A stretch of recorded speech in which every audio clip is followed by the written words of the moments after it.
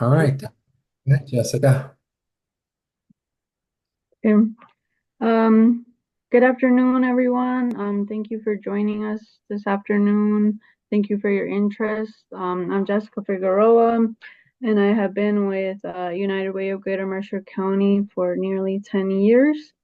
In the past, I have volunteered as an advanced tax preparer, and I am happy to be working with you all this coming tax season.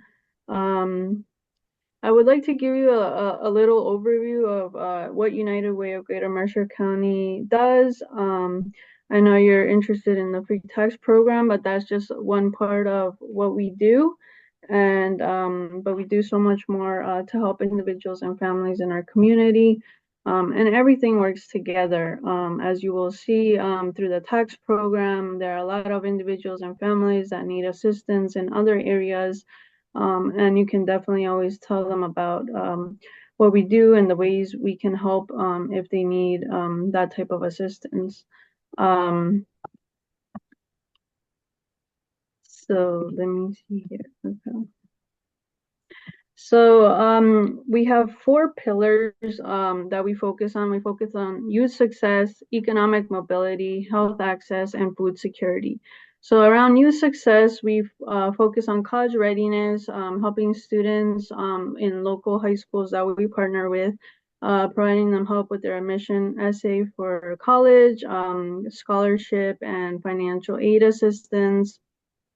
We also partner with elementary schools, providing them books, and we also support them with book drives and school supply drives throughout the year. We also partner with Trenton Digital Initiative to help provide laptops so that they're able to provide internet and technology assistance to the community as well. Around economic mobility, you will see that the free tax program helps families with this by helping them save with tax preparation fees and avoiding going to unscrupulous tax preparers who sometimes take advantage of families and individuals because of the need. We also help community resource navigation, so helping families navigate the resources available out there so that they can get ahead. We also provide credit and money management counseling workshops for families and individuals so that they can learn more about credit and budgeting and saving programs that are available. And we also help with educational workshops about tax topics. And we provide these in English and Spanish to the community. Around health access, we provide health insurance screening enrollment. So we help with Get Covered New Jersey, the marketplace, as well as Medicaid enrollment.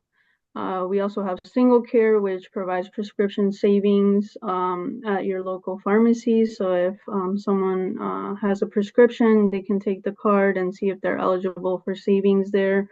We also have a maternal health initiative we've recently embarked on, so providing expecting mothers with education around topics that will help them um, navigate, the pregnancy and becoming new parents.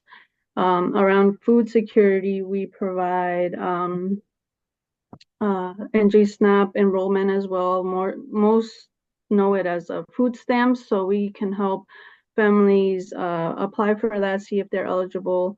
We also have a meal packing event that we do every year, and we provide all the food to the food pantries for distribution during the summer when it's mostly needed. And then we also partner with a local organization and provide food delivery services to homebound seniors. And that's also a partnership that we have in the community. I don't know if you all have heard of NJ211, but we do support them, and they provide live assistance 24 hours a day, every day of the year in different languages. So if someone who you might be doing taxes with needs assistance or needs resources, they have a whole plethora of resources they can provide families with and connect them and provide all those resources to them. So utility assistance, rent assistance, anything of the like. But that's just a little overview of what we do. Besides the pre-tax program that is available to the community. Um, if you have any questions, please feel free to contact myself or Bill. We're more than happy to answer any questions. Bill, more so on the tax side, and I can provide just general question assistance if needed. And but please don't feel overwhelmed with all the tax information you'll be receiving in the next couple of weeks. It might seem overwhelming at first, but definitely doable. I didn't have any tax background and I was able to get through the test. So I encourage you to not give up so easily. It is a lot, but definitely doable, and you'll be helping so many families in the community who need this service, and avoiding them going to the to tax preparers that to pay ridiculous amounts of money to get simple tax returns done for them. So thank you for your interest, and I hope that you will go through the process and certify, and that we will be working together in the coming tax season.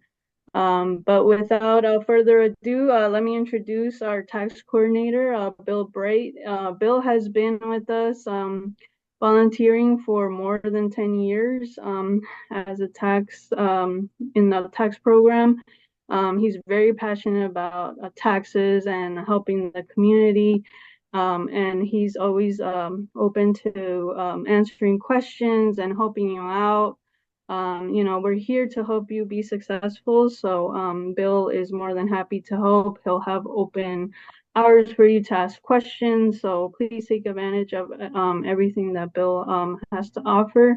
And I'll let Bill take over now. All Have right. a good afternoon, everyone. All right. Thank you, everybody. Thank you for being here. All right. Does everybody see my 4012? All right. I am sharing.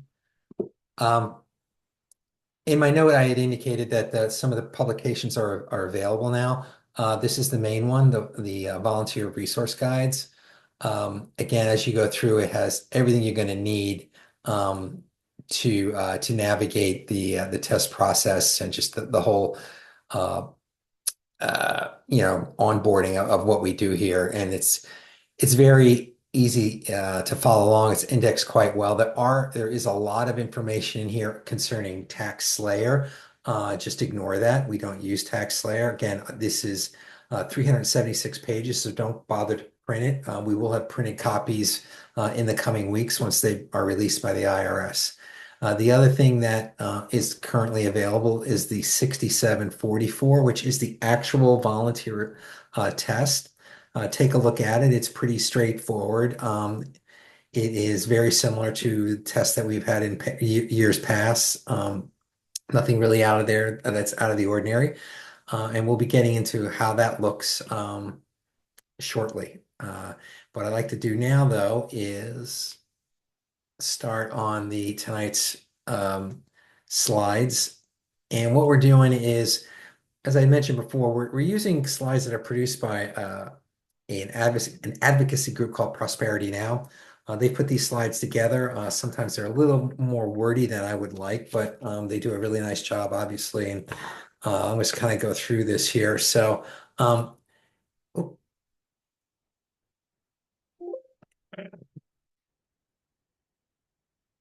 there we go.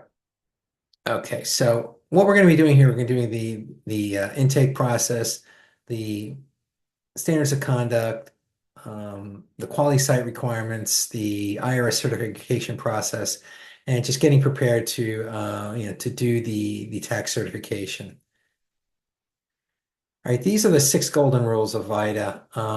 The main one, which is what tonight's focused on, is to use the intake form correctly, the 13614, and we'll take a look at that in a little bit. Maintain the standards of conduct, do the right thing, represent VITA and United Way well, and stay in line with the standards of conduct. Engage with the taxpayer. This is the best part, getting to meet the people and dial into to what, why they're there, and it just, sometimes it really is as simple as they've got one W-2 and they're in and out in no time. Others, it's a lot more involved, and that can be a lot of fun. Know what you're doing. Again, always stay in scope. If you feel that you're getting over your head, call out someone and we'll jump in there. Everything gets double checked. I've been doing this for 10 years and all my work needs to be double checked as well. And there are resources out there, the 4012, which you will all have, the Pub 17, which is a much more detailed version of the 4012, and probably most importantly, the fellow volunteers. I'm a big believer in everybody kind of like having teachable moments. When we get a funky W-2 or some tax document that we don't see often, I try to share it with everybody so that we all can gain from those little data points. All right, there are two main levels of certification, basic and advanced. We hope that all of you will go advanced because it makes things a whole lot easier as far as doing the work. There is a military level, which a few of our volunteers do. There's some special um, considerations for active duty military, particularly if they are deployed overseas. Again, all of this, the B, the A, the M, is on the intake form, and that determines whether or not a basic certification or an advanced is needed for it. Stay within scope. Okay, we need to have a process. We do have a process that you stay within scope, and the basic point is that on a proper intake and document review, we don't come across anything that we would not be hesitant in having a volunteer with a certain level of certification do. Again, we're obliged to make sure versus QSR1 that the tax returns are prepared by someone at the appropriate level. Again, the lion's share of our returns are really basic returns, or what I would call basic plus, and I'll get into that later. Um, Again, if something, I mean, it can happen during the intake and then actually doing the preparation that a client just remembers that, oh yeah, I drove for Uber for a little bit. Well, that's a Schedule C, which is an advanced topic, and all that documents are generally on their phone, through the app. And maybe they forgot about it. They only drove for a couple of nights or something. That might need some assistance from a fellow preparer. Again, make sure you know what you're doing. Only prepare tax returns that are within your scope on topics that you are comfortable with. And we don't guess. That's again, we're there to do an accurate and complete return. We don't try and fill in the blanks where we don't have the information. Again, if you're not uncomfortable, ask for help. Again, the software is there to kind of do the math. If it's garbage in, it's garbage out. And that's kind of where we come in. These returns don't get done by themselves. But again, they have to be set up correctly. The program will do the math correctly, and that we don't have to worry about. All right, here are the quality site requirements.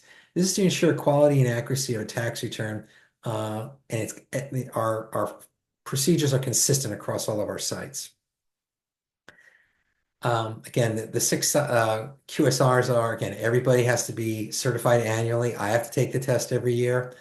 We follow the intake and review process. We confirm photo ID and taxpayer identification numbers. We'll get into that a little more details in a minute.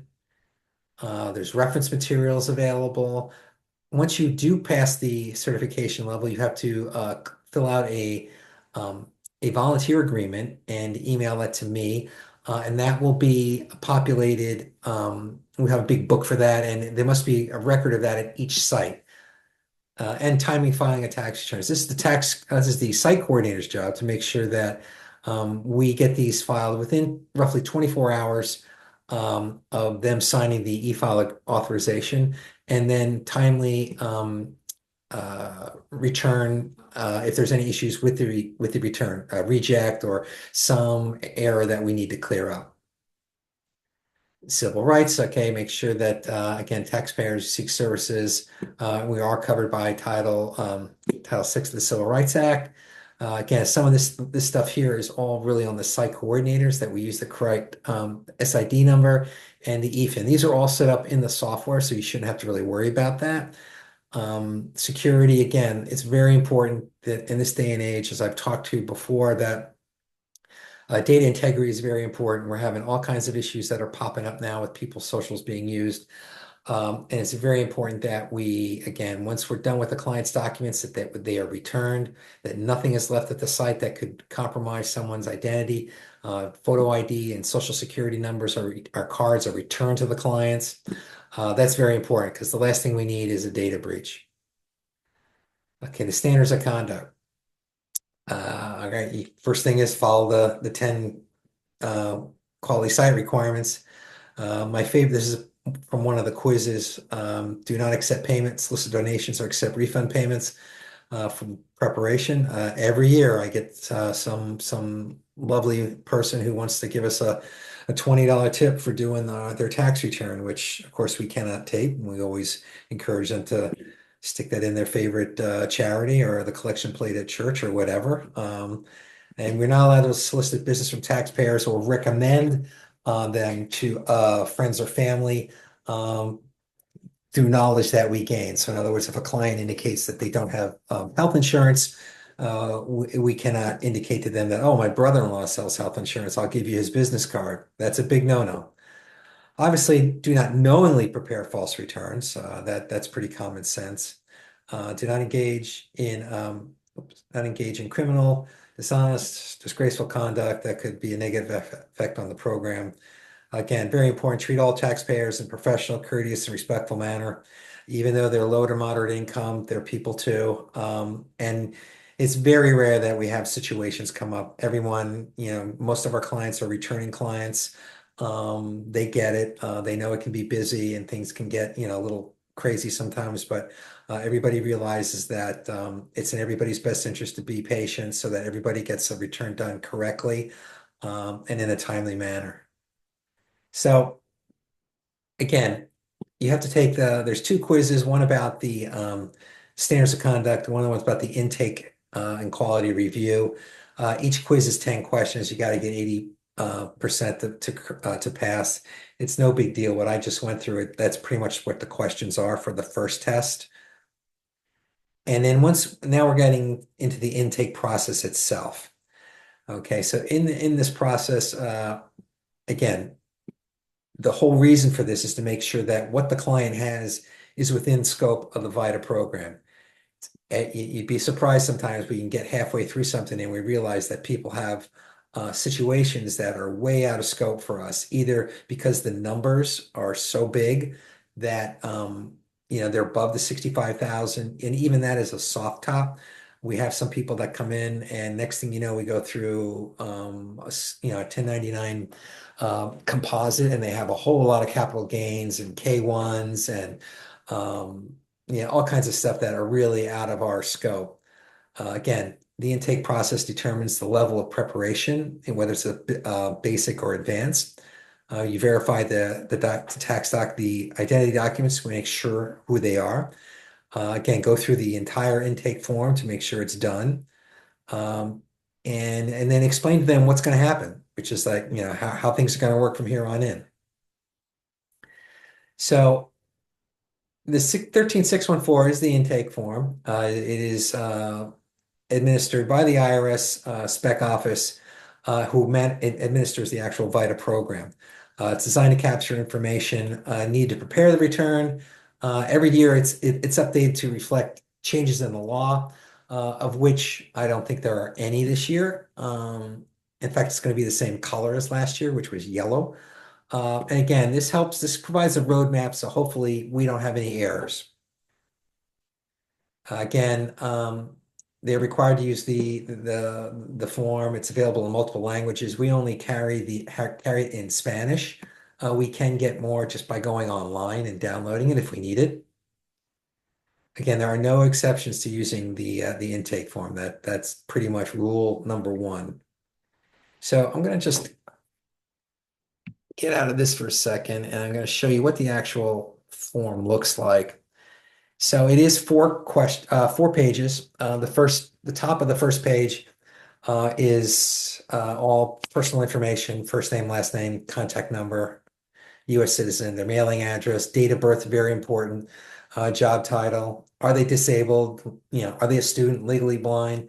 I mean, all of that stuff right there can have a big impact on the nature of the tax return that you're doing and the level of refund they're going to get.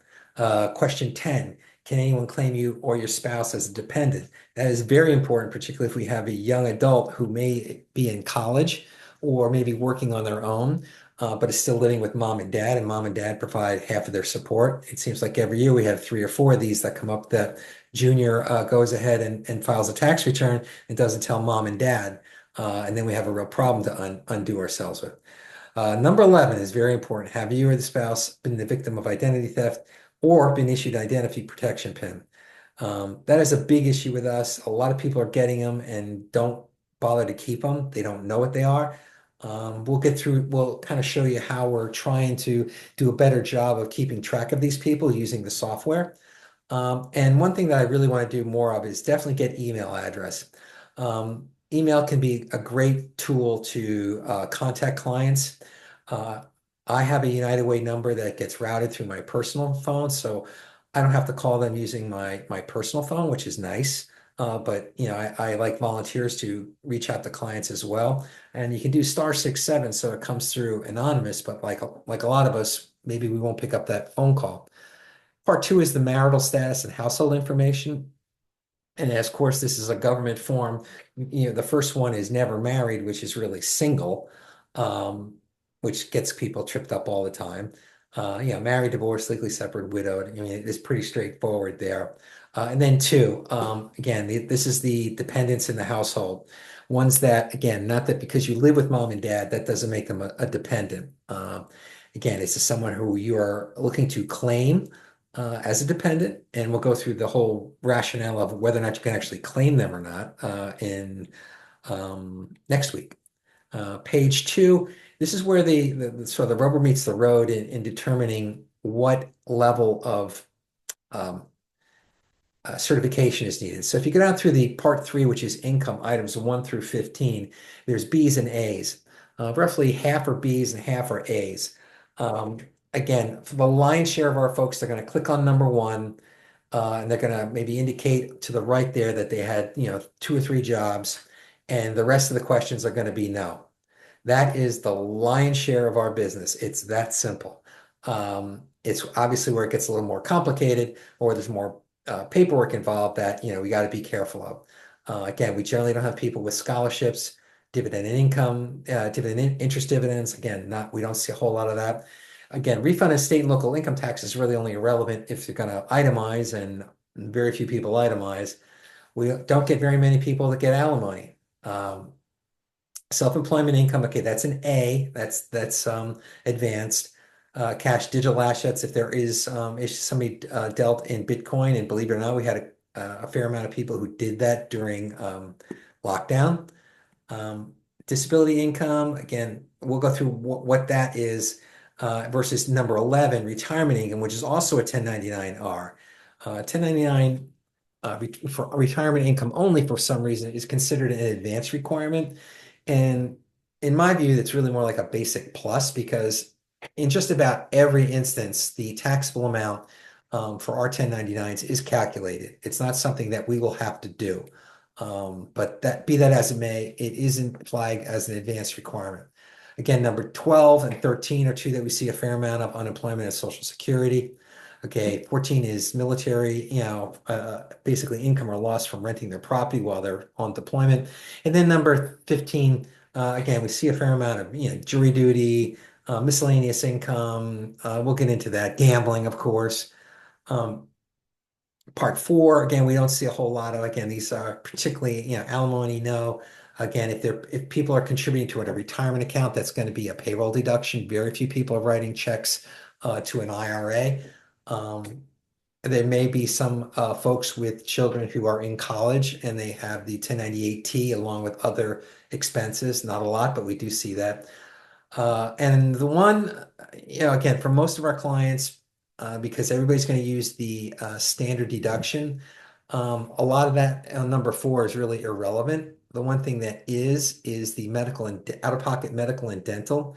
because the threshold for getting assistance for getting help on your New Jersey refund is a lot lower than the federal. So we still have to go through and, anybody who has even decent health insurance, has a root canal, it's probably $1,000 out of pocket.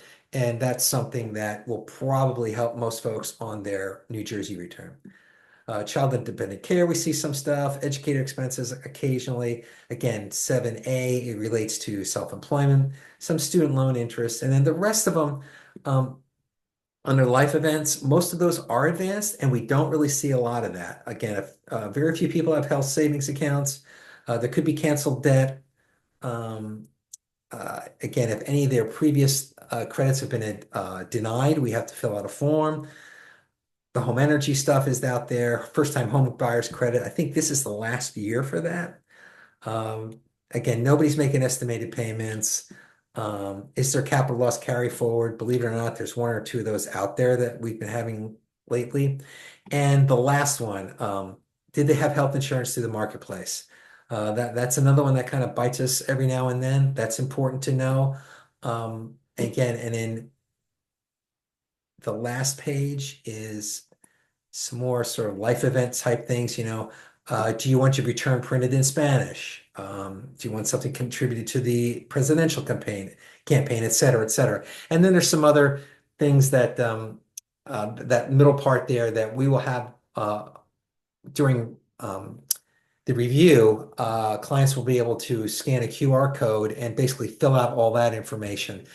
Brief thing about their racial background, their language background, their income background, and some other general income questions, which will help us in our grant applications.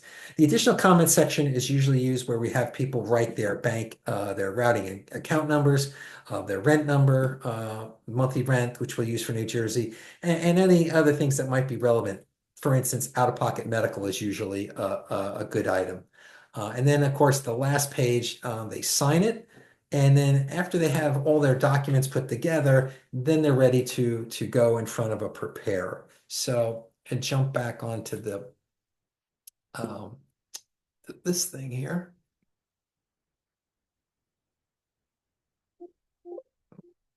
Oh, come all the way back. Sorry about that, folks.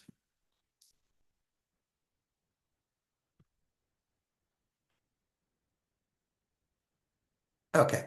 So again, it's his responsibility to make sure that it's complete and accurate. Again, if we don't have everything there, if the return is incomplete, generally it's in their favor to be upfront about everything, because given the lower income that we have, whatever they have that might have had some withholding taken out, chances are they're going to get most of it back.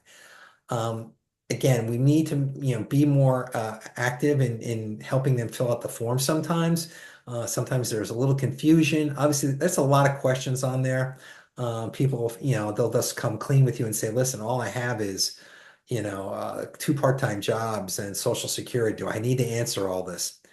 The short answer is, of course, yes, but I can help you go through it a little quicker. Okay. Um, and we do that all the time. We sit there and say, "Are you sure there was no unemployment? There was no, you didn't win the lottery. Shoebox full of 20 didn't fall from the sky, etc." The photo ID, they need to have a photo ID, generally a government issue, driver's license, state ID card, military, etc., passport. Again, if it's married filing joint, we need a photo ID for both. Social Security card. They should provide original, generally not copies, for all individuals on the return. Again, we must be using the correct Social Security number and the person's correct name. Remember, the name that they write on the intake form may or may not be the same one that's on the Social Security card, and that's the one you need to put on the form. If I write Bill and my Social Security card has William, I need to put William on the tax return. Again, whether it's on, again, you can also use the form 1099 SSA if the client does not have their Social Security card. Um,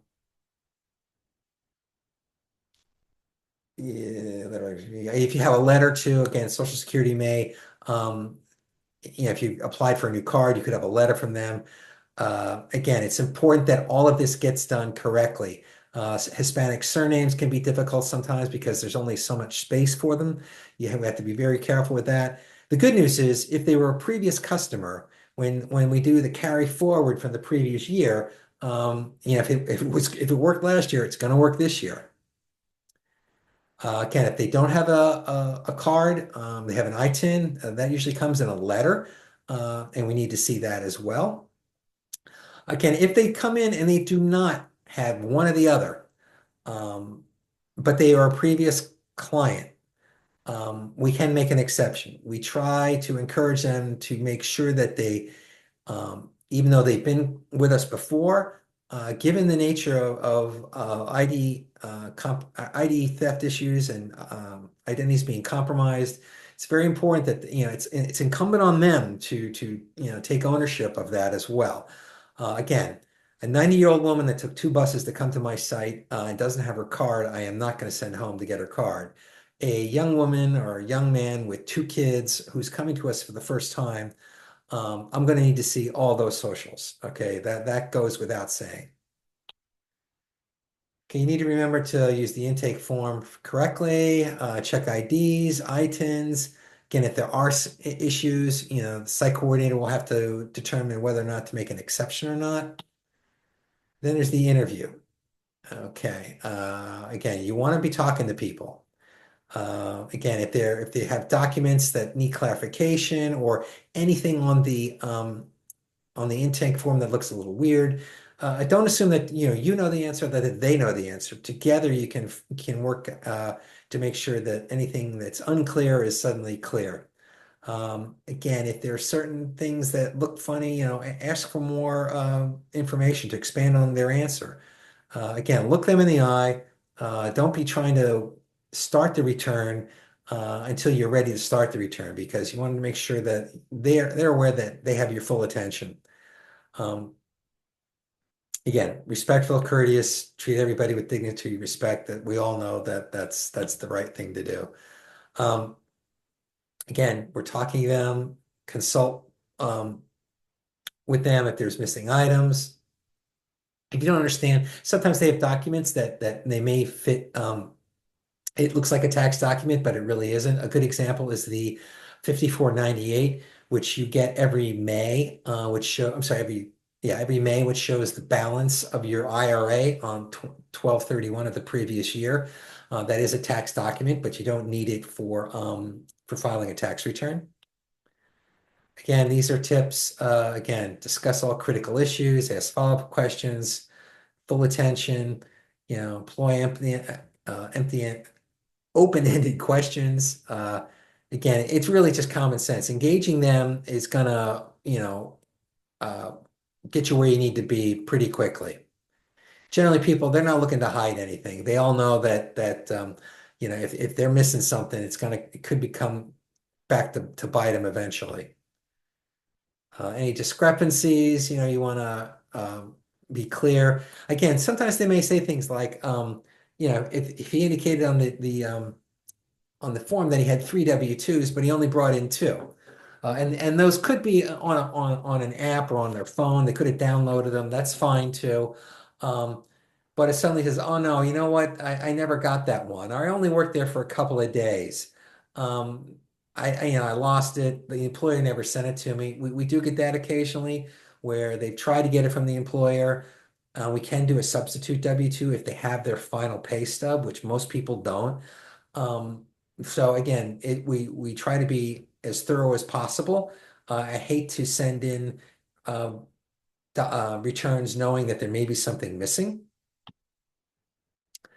Again, if there's some issues that come up, we can refer them to the low income taxpayer clinic. The nearest one is up in Edison. Um, and I mean, um, and we do have Spanish speakers, so again, we can work with them as much as we can before we send them up there. The other thing they can advise is on collection issues. Again, if they have large balance dues, if they're getting letters, we can assist them on renewing an ITIN. The problem is that we are not a certified acceptance agent, so we will prepare the W-7 and refer them to the IRS office in Trenton. That seems to work quite well because that way they can apply for their I-10 and get to keep their passport. Again, innocent or injured spouse issues is not something we deal with. That is way out of scope. We can, for those of us that have some experience, we can kind of help them identify some of the issues, but we can't make any resolutions on that. They need to contact the IRS. Um, Again, if we're gonna, oh, the other thing is, again, a non-receipt of a tax refund. Again, I am encouraging clients to call the IRS. The lines are much better now than they were 2 years ago. Plus, right now, anyway, is a good time to call. Once February comes around, not so much. Again, using the online tools, Where's My Refund is very, very helpful, both at the state level and the federal, as well as amended returns. Um, Again, if they're in a deep situation, I mean, the other thing that we don't do is we do not set up payment plans. We've kind of view that as something that they all need to be big boys and girls and deal with that as best they can. We can advise them on what the IRS may say or what they may offer and what to expect, but we're not going to do that plan for them. The quality of review, again, once everything is done, um, everything will go through to get double checked. Um, Again, even something that I do must be double checked, at least at the same level or higher.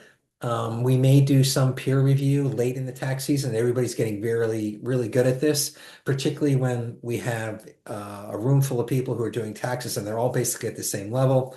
They all have just multiple W-2s and we get inundated. That's when we try to use what we've gained through the tax year to kind of help each other out. Um, Again, it's always important to make sure that someone else looks over your work. When we go through an actual return, it's important that the preparer does the diagnostics on tax-wise and then addresses those issues that he can. It is important that you communicate to the client that, hey, looks like you're going to get a refund of $1,000. And if the client says, well, last year I got 1,500, um, there may be a very good reason for that, you might want to take a quick look at what you put in. And the standard response is, well, this is going to be reviewed, and my work's going to get checked, and maybe there was something I missed. Just be honest. That's always the best thing. Again, even if you have a lot of experience, the return is simple, site is busy, the taxpayer needs to go or is anxious to go because he's got to catch a bus or he's late for work. Again, even if we can't help as many as we'd like, and even if the guy is a super CPA, EA, former IRS governor, everybody has to get double checked. Okay. Again, during the quality review, we're going to engage with them, ask them questions. If we quick see the form that something is missing or wasn't checked, we need to make sure that that is handled properly. Again, that's where we will spend some time. The reason that your tax return is down this year is because your son turned 17 and you're no longer entitled to the child tax credit, or your income was up substantially and the amount of earned income credit you got this year is down dramatically because you earned more. Those are the conversations you're going to be able to have within a matter of weeks with clients once you see how all of this works. Yeah, okay. Yeah, you're going to organize the tax returns for the reviewer. Again, we will learn, as a reviewer, and if I see an error that was done by the preparer, I will try to have him come over and say, this is what we need to be careful of. You should have clicked this as opposed to that. Now we know going forward. Again, it's all teachable moments. That's how I learned a lot. Um, Again, the review takes place after the return is prepared and all the software bugs have been resolved. If he finds an error, he'll fix it. Again, we all kind of work together to go over discrepancies. Um, After the review, tax reminding, remember, at the end of the day, this is their tax return. We're helping them, we're assisting them in filing it. And once it goes in, it's on them. If there's any issues, the letter goes to them from the IRS, not to VITA, not to United Way. Again, at the end of the return, he signs uh, the 8879, the e-file authorization, and then we're done. All the paperwork goes back to them, and out they go. Again, these are the 10-point inspection, which is really just kind of what I just reiterated. Again, using the intake forms and using it correctly will help us stay on top of a lot of things. Everything gets double checked. Quality review is always at your back. Again, because well, I'm not quite sure. Again, a lot of early new volunteers always come up to me, as they bring a client up and say, check this second W-2. There's something funky on the state line. Let me know. And that's kind of what I enjoy doing. Um, and that in a nutshell is kind of where I wanted to kind of end it tonight. Again, we spend probably, from once a client walks in, signs in, is given the intake form, and then starts preparing their documents and filling out the form from there till he signs the 8879 should take anywhere between 45 minutes and an hour for a basic return, provided that we have, no technology issues, everybody is being serviced properly. Um, there's nothing really, really funky. Again, we're not doing multiple years. During the tax season, you come in, if you have 3 years of taxes to do, we do 1 year at a time, the oldest one first, even if the newer one might be a bigger refund. It's always the previous year first because when they come back, we can do the carryover and it's going to be a whole lot quicker. The returning clients' returns are generally going to be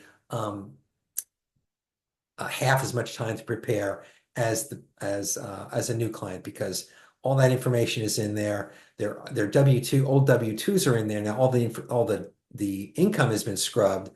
Same thing with 1099s, but it's a great place to start, and you can just boom, boom, boom, get them done. Bank info has been scrubbed as well. Um, but again, 45 minutes to an hour is really all it should take for a client. And that's kind of all I have for tonight. I'm going to stop the recording and then we can